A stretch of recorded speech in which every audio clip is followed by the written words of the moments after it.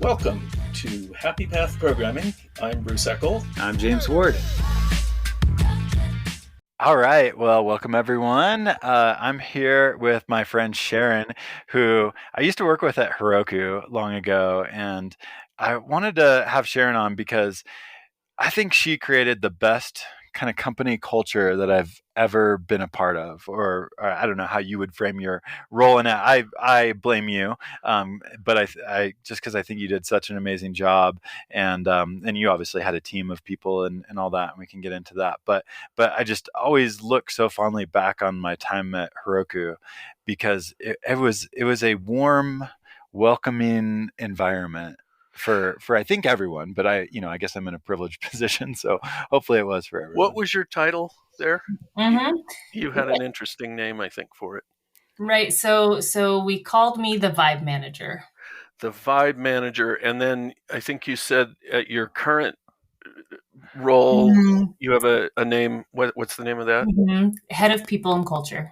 Head of People and Culture, and I like both of those because they have kind of gone against the trend of like they used to call it, the title has gone from a bunch of different things. They used to be called human resources, and then they decided, we don't need, it can just be resources. So there's a lot of companies who this role, they just call it resources, and they don't even mention that there are humans involved. And I think, this is not a trend I like. Yeah. Not a company I want to work for.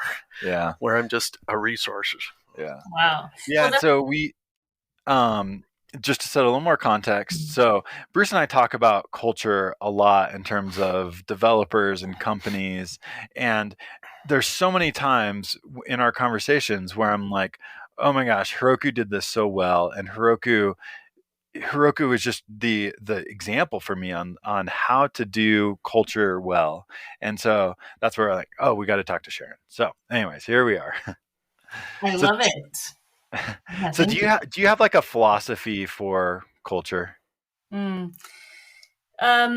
Yeah. So, and that's a different question than asking me to define what culture is. And I appreciate that because I don't really have a canned answer. To me, it is a very like abstract feelings based thing. And so my philosophy, how I enter into culture, how I originally thought about it, was the vibe. Honestly, when I got into this, I really, culture wasn't a word that was on my radar. It was like in 2005 when I had my first Vibe Manager job. And I had come from a completely different world. I was working in dinner theater. I was a camp counselor, scuba diver, studying like marine biology. So for me to end up in San Francisco working at a startup, as a Vibe Manager, which at the time I thought I was just being funny, or clever, or like going against the grain, right? Because I think I was vaguely aware of the human resources title, but I definitely didn't want that because I'm not a rule follower. I'm not going to implement rules. I'm a Vibe Manager, so for me, so it was originally a bit like subversive for like, we're not going to do things that way. But I love the word vibe because that's when I talk about Heroku a lot. I'm like, the vibe was so good, and vibe just kind of captures what you were doing and why everyone felt so good. Well, and in contrast, we have a friend who I won't name who had some trouble with a company, and she came out of it saying, when you have trouble with the company, you never want to talk to human resources because their job is to defend the company, not to advocate for you. Yeah. So that's like the really awful opposite end of what it sounds like you were trying to achieve. Totally. And it breaks my heart when I hear that. I've been fortunate, I think, to interact with, human resources professionals who I do think have the best interests of the employee in mind. But it's also a really tricky position where you need to speak for the highest good of all, the employees and the business. And sometimes those two things can't be reconciled, and you just need to say the thing that supports the person to make their own decision. And so, yeah, you have your own opinions and thoughts, but you can't say them out loud. You have to like walk this tightrope. But totally. I didn't want that. I didn't want to be that. Yeah. I was, this was years ago when I was really trying to figure out, what company culture was. And so I was looking at various different definitions, and I think I heard this on a podcast where somebody summarized it as saying, culture is everything we punish and reward. Huh. And I mean, it's interesting because then there's also the definition by the geneticist, where he taught.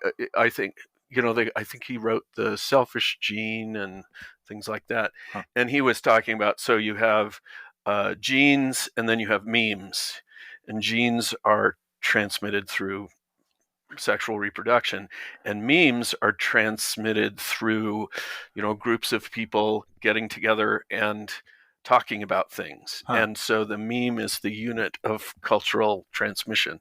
I don't know. That's fascinating. Yeah, I love that. So what tell us about the vibe at Heroku and why I have such fond memories of it. Okay.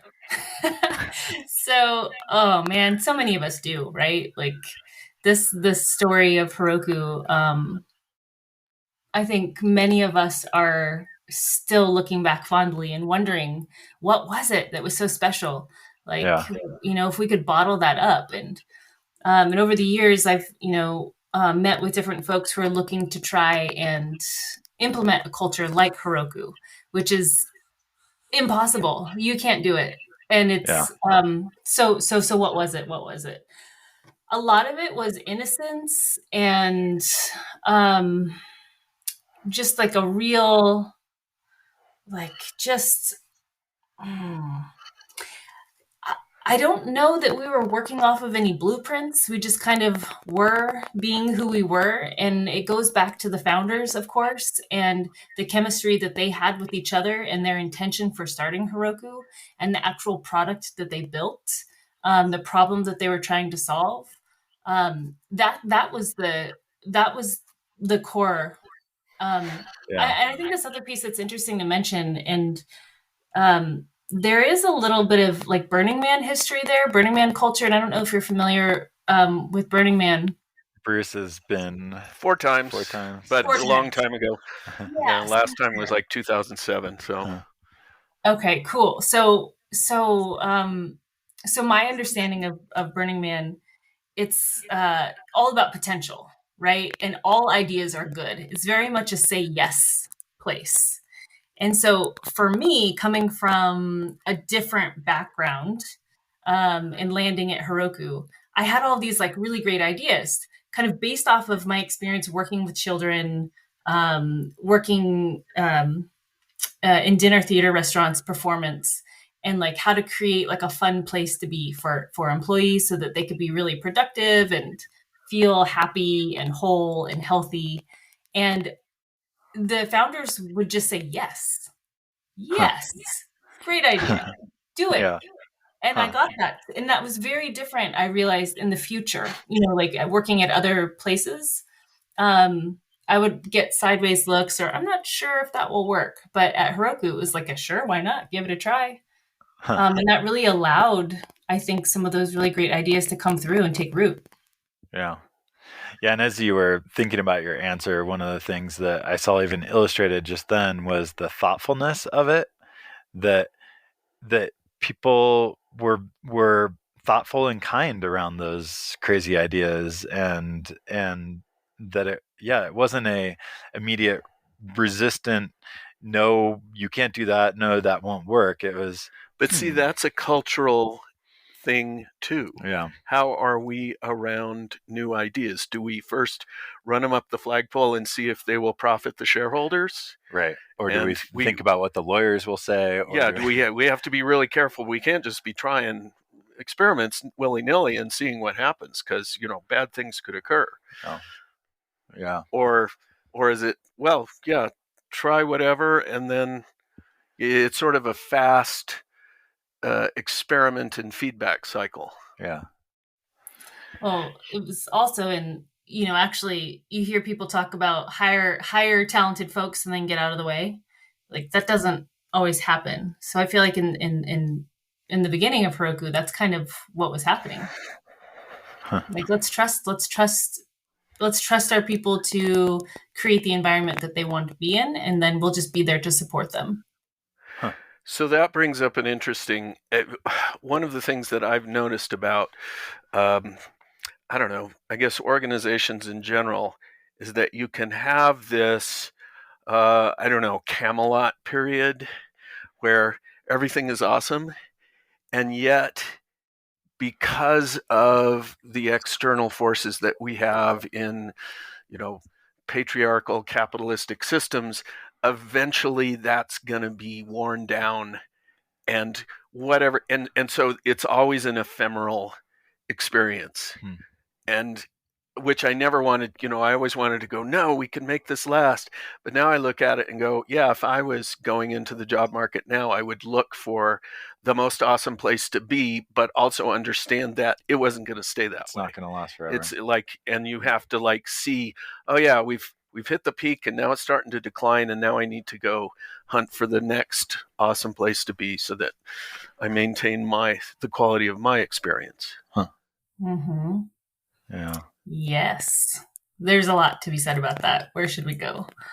Right. And how long can culture resist the forces of patriarchy and capitalism? Unless you build it into the foundation and it's honestly there, which is really hard because once you go public, your legal responsibility is to maximize shareholder value. So with with Heroku specifically, we were acquired by Salesforce maybe 3-4 years into my time there. And that is what drove the changes for us.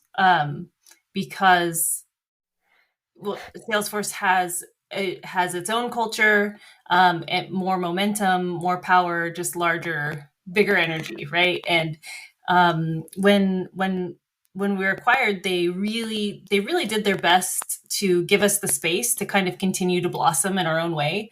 But at the end of the day, I think some of us were in denial about the reality of the situation and how long we could hold on to what we had.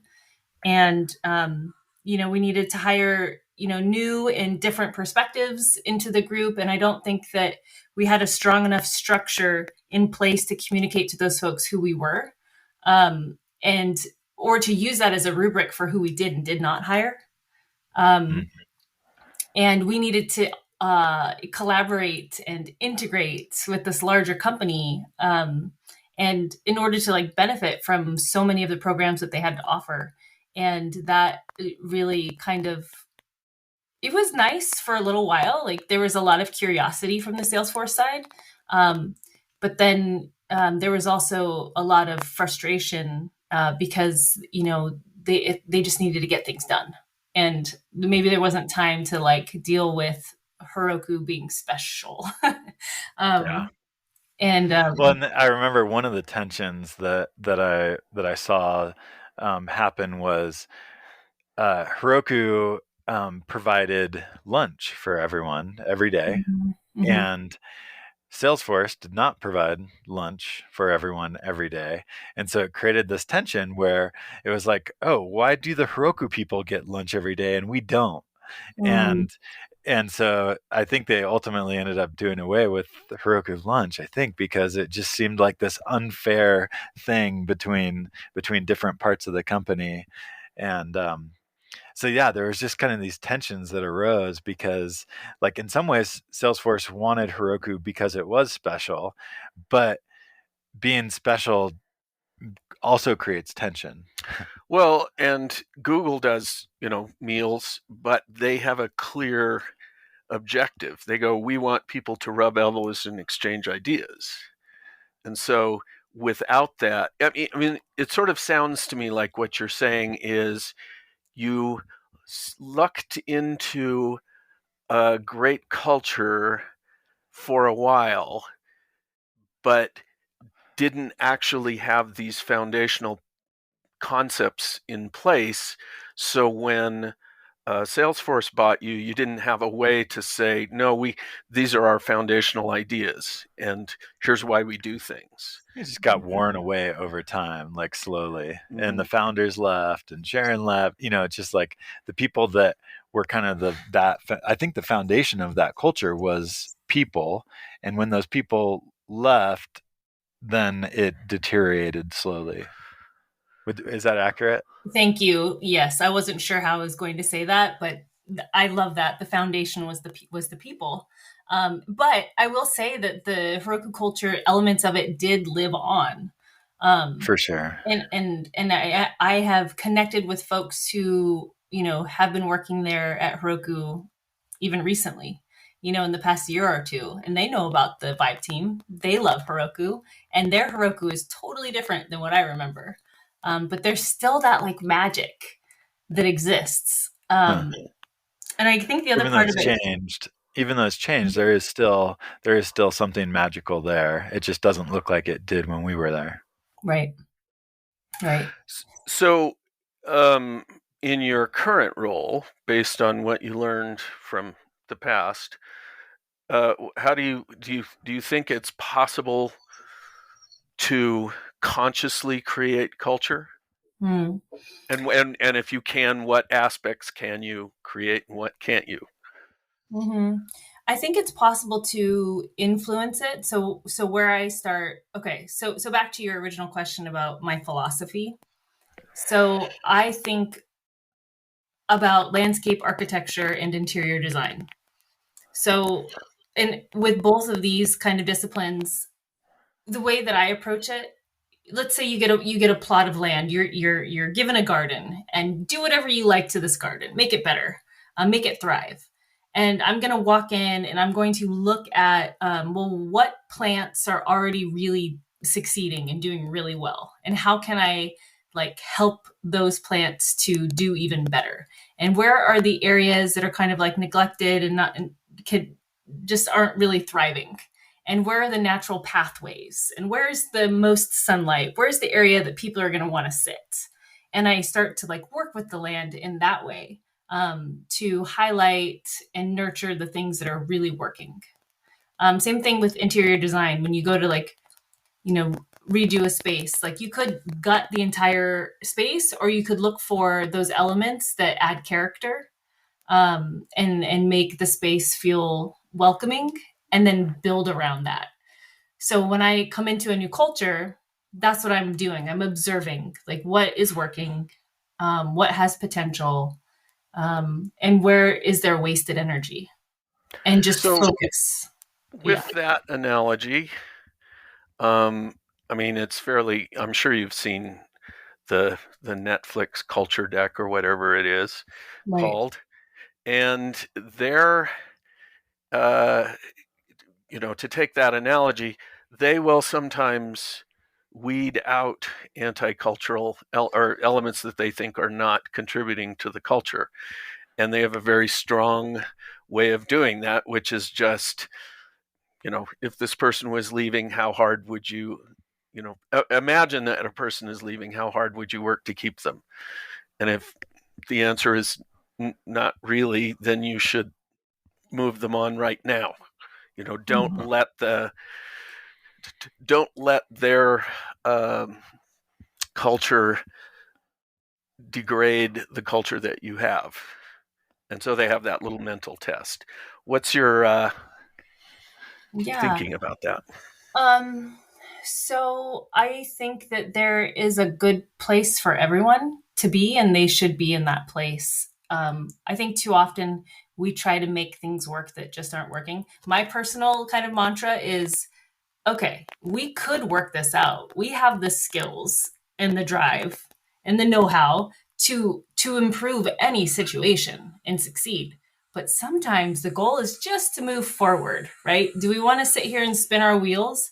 Or do we want to take our chances somewhere else where who we are will truly be celebrated, and where that place really turns us on? And so I think we get sentimental or worry about failure or what it might look like and this or that. But if it's not working and we don't feel good about ourselves or the situation, I 100% support moving forward to a better place.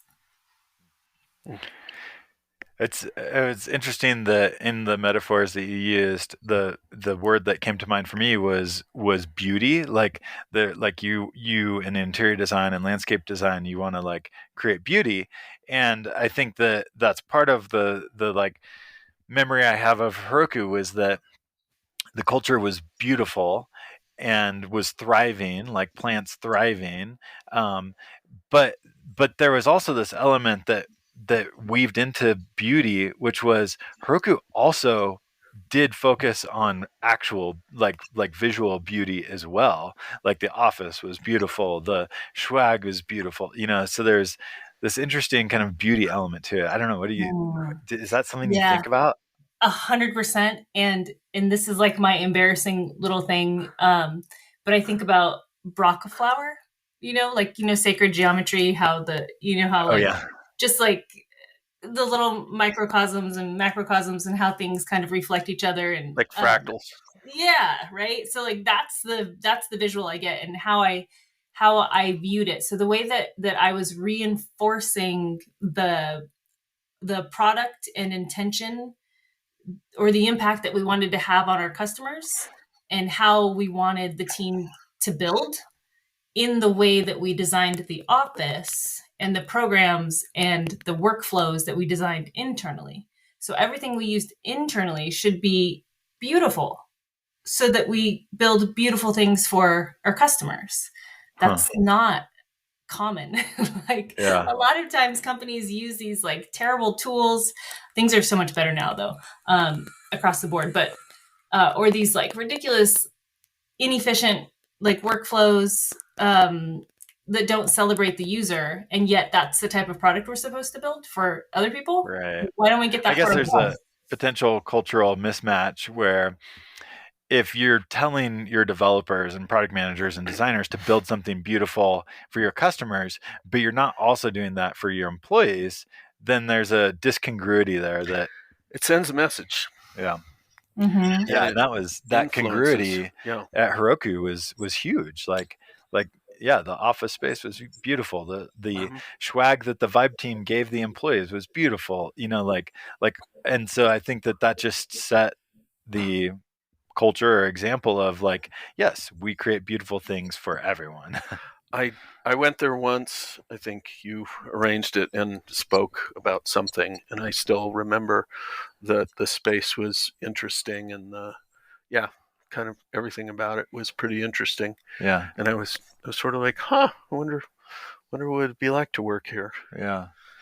Well, and like Sharon was also saying, like even the employee tools that we had to use were also beautiful. Like, if Sharon ever sent out a form for an employee to fill out, it wasn't a crappy looking form. Like it was designed and it looked nice, and slides that we used for internal presentations were very nice. And oh my gosh, I got to call it Todd, who is just such an amazing designer and really worked, I think, a lot with you on creating that beauty. That sounds like a terrible waste of money just to get data from people. Can't you just do it simpler and toss it out there and not mess with those details? They're just the employees. Why should they care what exactly. a form looks like? We pay them. Isn't that enough? Yeah. So here's a little deeper here. When because it seems like the kind of things you're talking about, and maybe this is the reason that a great place can only be an ephemeral experience, is because of what you could call a dominance hierarchy or a patriarchy. And in our culture, in our like Western culture, it's really hard to keep that from seeping in. And eventually somebody's going to come in who sees the whole place as something to game and gain dominance over. And how can you possibly work against that? How can you possibly keep that from happening? Because to me, that's what makes a place somewhere I don't want to work, is that if people are in there going, okay, well, here's our org chart and here's my position of power above you, and here's, it's like, I can't see org charts. Yeah. I've visited so many companies where somebody wants to show me the org chart and my brain just kind of blanks out when they show. It's like, why are you showing me this? Yeah. I don't care about this stuff. Interesting.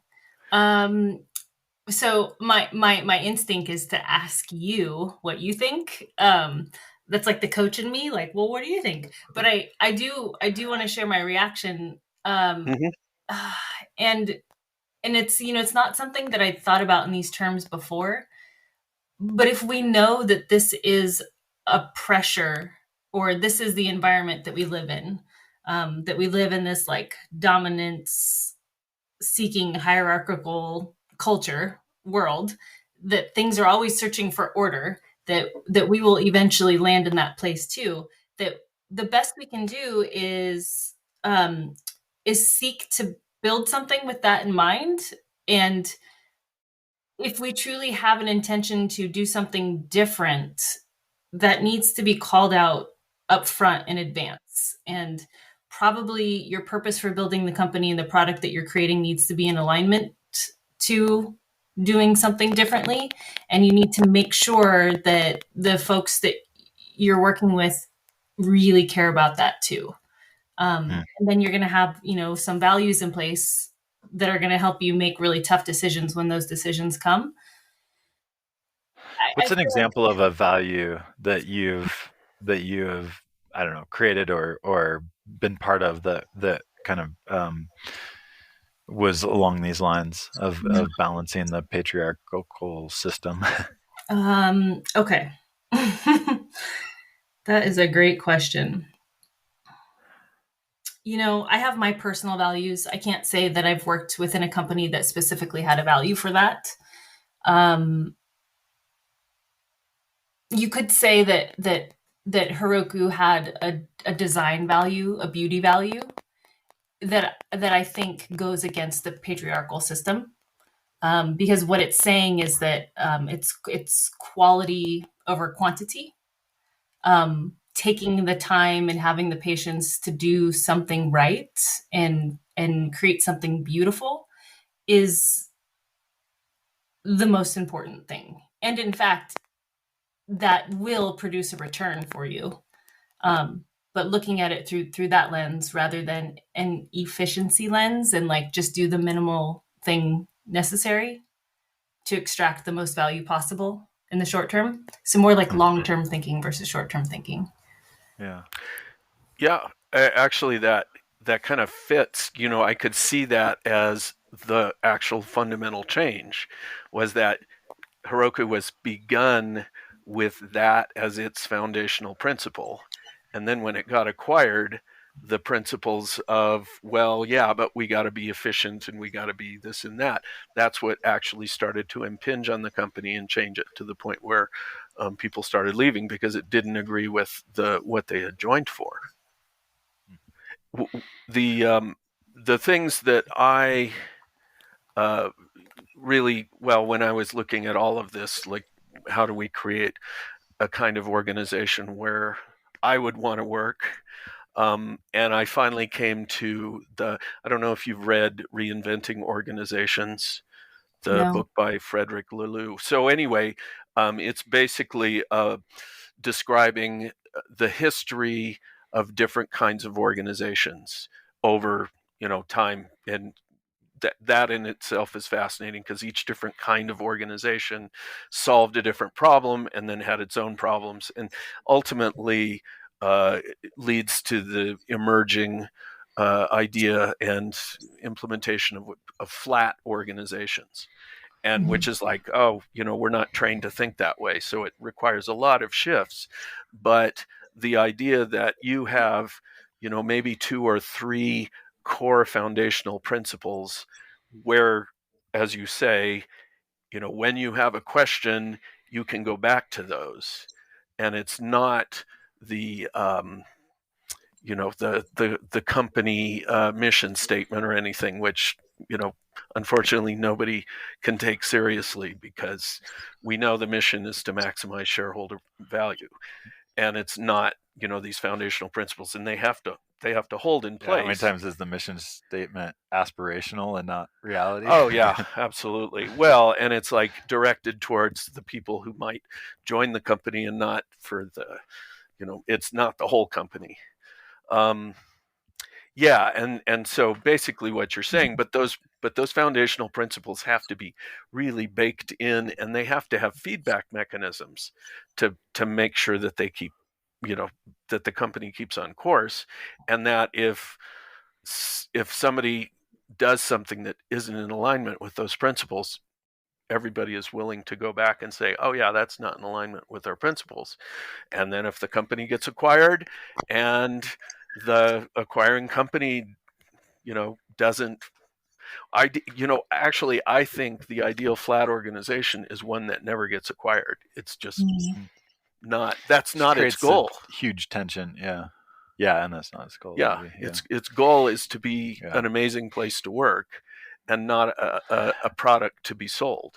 In the case of Heroku, I think one of the primary reasons why the founders did go the route of selling was because they felt that by getting the influx of resources from a larger company could actually help them to accomplish their goals more easily. So I don't think that it was out of line with their goals. Maybe it just. But there's this lack of understanding of what happens when two cultures come together, the forces, and to realize that no, when you sell, you are giving up, you're selling control of the company, and then the acquiring company does whatever they want. And you may say, oh well, our culture will survive this, but unless the acquiring company has the identical culture of yours, it's going to dominate. Survived for quite a while. I will say that we didn't do terrible. I wish I knew all the details surrounding the decision, but I really don't, and it's not something I've ever dug into. It actually, I think it would be really nice maybe to kind of reflect on that at some point with the founders. We could get like a Heroku get together at some point to kind of just reflect on the journey and like what we learned and why are we still retrospective on. There's this.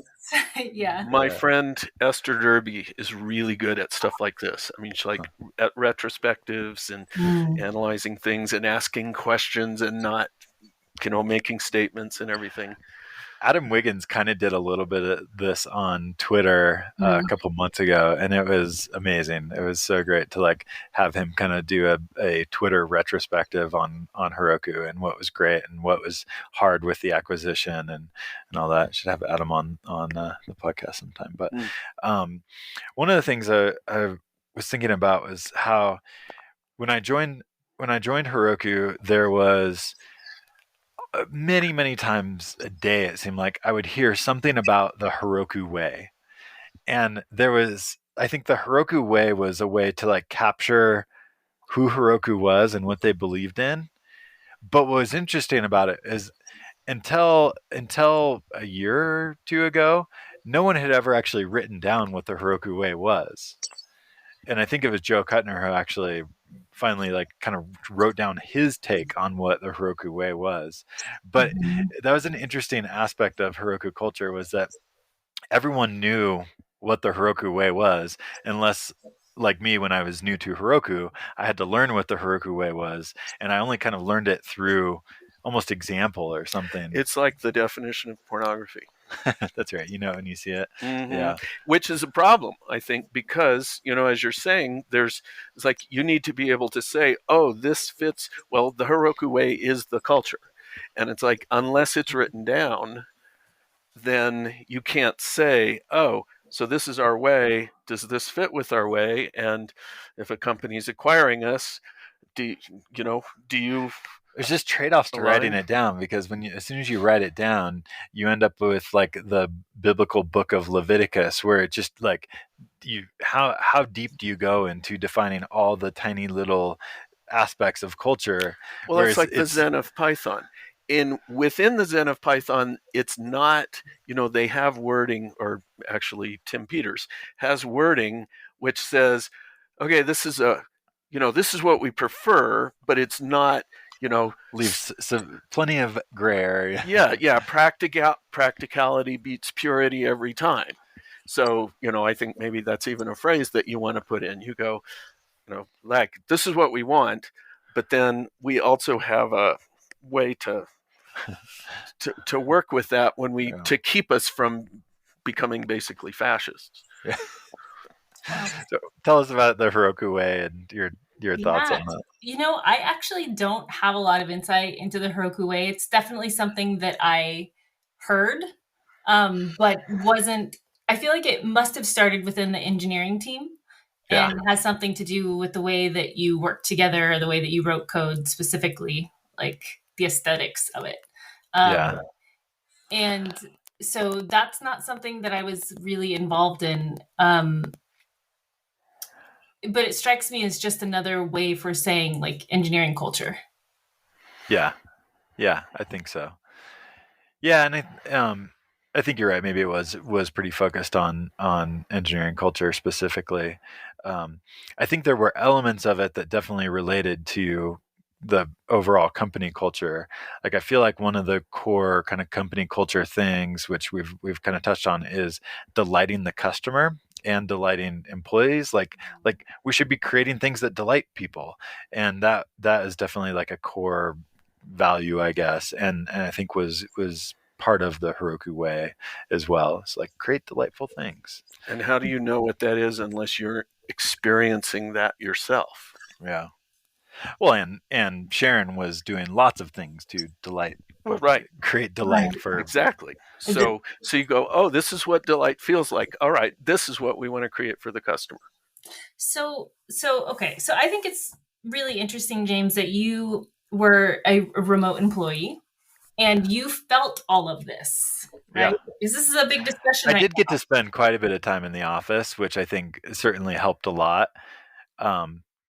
But yeah, I think it was challenging to uncover what the Heroku way was. I actually remember feeling frustrated when I first joined because I was remote, and so there was a culture that I wasn't totally engrossed in or enveloped in because I wasn't in the office all the time. So I remember feeling a tension around not really understanding the culture that was there. And yeah, so there was a tension. I think as I spent more time in the office, that's what ultimately helped overcome it. And then I was like, I got to the point, I don't know if it was a year or two in, where I was like, I totally understand this culture. I can't verbalize it, but I know it when I see it. Yeah. Okay. So that's awesome though, that you eventually got to it, because as you mentioned in the beginning, that the culture was so much centered around the physical space and like these material moments. And that was feedback that I received regularly from the remote team. At some point we were half distributed, half, HQ. So it was significant to get that feedback, and that we really needed to change and not center the majority of our resources around these like physical experiences, but to shift that. And at the time I was like, wait a second. So you're telling us that we like shouldn't go out to dinner anymore? Because that creates a different experience for our employees who are not here. And it was hard to wrap my head around that, but I eventually got it. Like, in order to be truly successful and to rope everyone in, we needed to level the playing field. And that's what I love about my current company right now, is that we're all distributed. We're all working from home. We all have the same shaped square in our Zoom call. But what's missing from that, what I really miss, and we did well at Heroku, is when we did gather, we gathered extremely well. We had our distributed employees fly out. They brought their partners and their children. Like, we got to know each person on this totally other level because their families were involved too.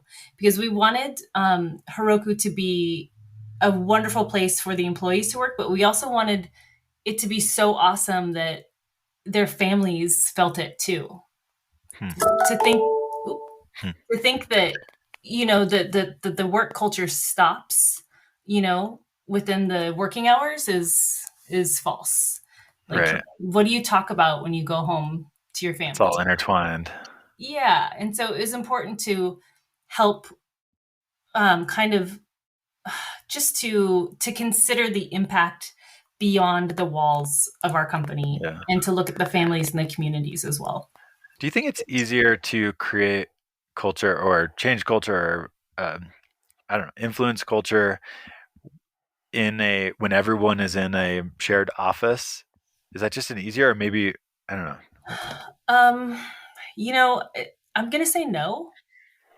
I don't know. I'm really in denial about this right now. That I'm really You're in the midst of kind of transition from to virtual culture.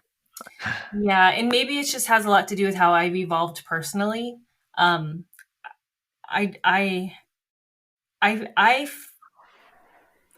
I haven't lost any quality in human interaction through the virtual landscape. I'm also an introvert. I get drained super easy by people, so I can't speak for everyone, but that's for me personally. I think if you make the decision to interact in this way, and you look at what needs to be done, and you just push yourself to do things that are maybe unusual, that you can still build a really good culture. Yeah. So my vision of the future, including all kinds of organizations, especially schools, because they're in the midst of change, but also now that we're doing this remote working experience, is that getting together is going to be important for everybody, because that in-person experience is special. But I think doing it all the time takes the specialness away from it. And so I see that we'll have like retreats and events and things like that, which are time boxed, and it's like, yeah, people will come together and they'll do these kind of intense experiences where there's a lot of connection and stuff, and then they'll be able to go back to wherever they are. And the benefits of that is that you can choose, you can get the best people for the fit that you're looking for, without making people up, because where you live is part of your, I don't know, personal culture. And so a company or a university or a school or whatever is going to be this combination of remote learning and then punctuated by these in-person little conference retreat experiences. Yeah. That's what I would think. Wow, not only is that going to be probably a lot less expensive for everybody involved, but also a lot nicer experience ultimately than having to commute every day just to be in the same space. Right. Yeah. What I love about that vision is that it sounds like we're not just talking about like intercompany kind of community and relationship building, but also like other companies, like cross-pollinating, like, in your conferences where you have people from all over the place coming together. And I like this idea. The way to make that work is we all need to become storytellers and documentarians. So thinking about like, what are, and I think we are, it's kind of what social media has done to us. We're like, what is my experience right now? And how can I share that? But really like being intentional about that within our teams and our companies, so that if we do go have this like special experience and we come up with these great ideas, that we bring it back and share it with everyone else. Yeah. Yeah. That's one of the things in the Reinventing Organizations book, is they talk about not, organizations not competing with each other, but collaborating with each other. How can we, rather than how do we win over this other organization? It's like, no, how do we work with? Because our superpower, according to what's his name, Harari, I think he wrote *Sapiens*. Our superpower is cooperation. And we've created this system which goes against that, where it's we go, no, competition, that's what makes everything better. in my HR and office management communities, we've been doing a lot of like open source work together, and sharing what's been working for us, and to the point where people will share full slide decks or full processes that they've written to address certain issues. It's really vibrant and it's super alive, sharing compensation data to a certain degree, but it's awesome. We're truly working together to benefit the entire industry. Mm-hmm. That's cool. So I also had a question, and again, this is sort of going against the normal flow of things, which is this is something that comes up in one of my nonviolent communication workshops, where the leader somebody's in a rush to get to the point that they want to make, and the leader will either say, okay, slow down, or stop and look at this important point on the way to the point you thought was your important point, and let's sit with that. And it's made me think a lot about what works for me is not rushing to a solution, but actually letting the solution kind of emerge organically. And this requires a lot of focus on our whole culture of urgency. It's like, and I made a tweet a while back where I said, tongue in cheek, well, you have to have a schedule. How else would you know if you're meeting the schedule? Yeah. And, some people reacted to that. Well, yeah, you have to have a schedule, because otherwise, how would you know if you're meeting the schedule? Of course, my point was, it's an arbitrary construct, and it's actually, well, I would hope that people would see it as often predominantly counterproductive, because it builds in this urgency, which I think produces less good work. What's interesting at Heroku, I never really felt like urgency was never a focus. It was like, are we doing the right thing for the customer? Like, is this going to be something delightful? Is this, it was, but yeah, urgency wasn't. Are we doing it on time? Wasn't it's like, never really, why would that make a difference with your fundamental? It was much more, are we doing this right? Yeah. If that's your fundamental value, is what is going to be best for the customer, why would an urgency be a thing around that? Only if you're saying, oh, but our competition might get there first, or we've got to wipe everybody else out, or anyway. Yeah, I think it's the need to predict the future, and to show whether it's if you have leaders who are leading a company and they need to monitor progress towards goals, then they need a mechanism for that. And if they're reporting into a board, that's where that culture is coming from. Like, what are the expectations that are being put on them, and then how's that cascading down into the company? So yeah, who has the power, and the the ability, the nervous system to allow for things to arise versus the need to force them. I would say the illusion of certainty. It's like, oh, I really like knowing that something is going to happen. My profits are going to be this, and we're going to that feels good to me. So I want to create a system where I can guarantee that, so I can have that and feel like you've controlled it. You feel like I've controlled it. And the thing is, of course, when you look at any of this stuff, you go, no, we have no way of being certain about anything. And adding that stuff just reduces the certainty, because you're burdening the whole process with this. Well, we got to have the metrics, and we got to have the all the things necessary to guarantee certainty. And we'll just ignore the fact that, well, we fail so often. In fact, that's a good question. How do you, in a company, because most companies just go, oh, employee turnover, that's just a thing that happens. And yeah, our employee turnover is really high, but so is everybody's. What are you going to do?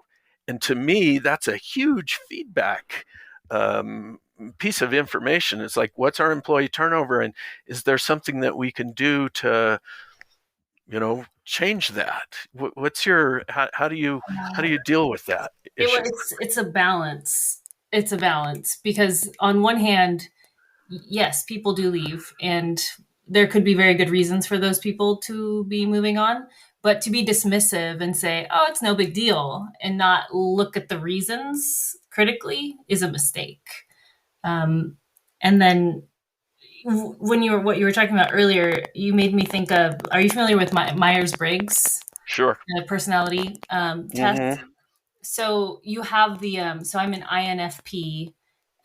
So the P stands for perceiving versus judging, and the I is intuitive versus extroversion, I think. So it's kind of like I'm very much this person that likes to interact with the soup and the unknowns in a really abstract way, and I'm very comfortable with kind of like letting things fall where they fall and then turning that into something, because to me that feels really authentic. However, if you let me be in charge all of the time, I'm actually not sure how much we would get done. And so I require, and I often partner myself with people who are the exact opposite. And I think on the Vibe team at Heroku, Kathy was a perfect example of this. She was such a high energy driver and structured person. She also had a ton of empathy, right? So she and I really connected on that level, but she was like, get shit done person. And I feel like together with those two energies, it was really powerful. And so I think that we have to create space for both of those mindsets in order to be successful. Yeah, finding a way, both creating awareness of what we are not able to do and offer, and then finding ways to balance that. I guess my thing is that we've gone so far towards putting the people who are the get shit done people on a pedestal that we don't have that balance. It's all about getting stuff done. It's like, well, if the open office half cubicle things, if that's the most efficient way to cram people into an office, then that's what we're going to do, because I can show you the numbers. And maybe it comes back down to that you can't manage what you can't measure delusion that business schools have shoved on us. And so it's like, well, I got to see numbers for everything. And I mean, I'm a scientist. I understand the value of measure, but that doesn't always, it's not always possible and doesn't always give you. How did you measure the success of Vibe? You know what? How did the founders say that, Sharon, you're doing an amazing job? Like, what did they use data for that? No, absolutely not. And I really lost a lot of sleep over trying to find data. I really did. I was kind of resentful. Now, of course, I think I could come up with some really easy metrics, but at the time I was like, what? You can't measure this. People are just happy. But I think I maybe had like a really, really funny metric in my mind that I didn't write down anywhere. We had this basement, and we did our all hands meetings down there. And we also had a gym and like a ping pong table. And sometimes when we would have parties, there was maybe a PlayStation or something. Like we did karaoke down there. Yeah. And my metric was like, like how many like sleepovers were happening in the office. Like how many people were having so much fun downstairs in the basement that they just never left. Right. And to me, that was just a sign that the space we had created was very comfortable and forgiving. Well, it wasn't a nefarious goal, like it wasn't like, oh, we got to get these people to work more, and so let's get a foosball table so that they are here longer, and it wasn't manipulative. The intent is really important. But see, what's interesting about that is that you're talking about basically a relative measure, not an absolute number. How many keystrokes are these people? Let's measure the keystrokes, and we'll say more. Where you're saying, oh, people seem more happy or less happy. And that's one of the things that I saw when I saw a retrospective done, is that it wasn't a like, let's look at the absolute. It's just like, okay, so at this point in the project, you felt less happy, and at this point you felt more happy. And then it's a measure, but it's not something where you're going, oh well, we have 100% code coverage, so we're done, right. or something like that. It's maybe that's the thing, is to say we won't have absolute numbers here, but we can compare it. We can see trends. Yeah. The quality. I was just thinking that if I had noticed that people stopped traveling to the office with their families, or their partners stopping by with their children, that would be a huge indicator that something was wrong. Mm-hmm. That folks are not happy. They don't feel good about this place. That they're no longer feeling proud and inviting their friends to come hang out at our social hours. Indicator. That's a good word. Indicator. Yeah. Mm-hmm. Yeah, an indicator is a trend, essentially. Mm-hmm. It's comparing its past. Well, or just a way to say, because sometimes it could be you could say, oh, a red flag goes up here because something has dropped below, well, that one exactly. It's like, oh, people have stopped bringing their families. And to a traditional business school mind, they're going, oh, that's not really, doesn't fit with our model, so we'll ignore it. So going back to what you're saying about the nefarious reasons behind having different perks or amenities, right? So going back to the food, why we served lunch, right? It wasn't to keep people in the office longer.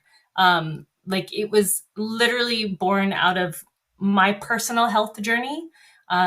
So I've had a number of different food intolerances that caused me to have headaches, sore muscles, kind of the inability to really think.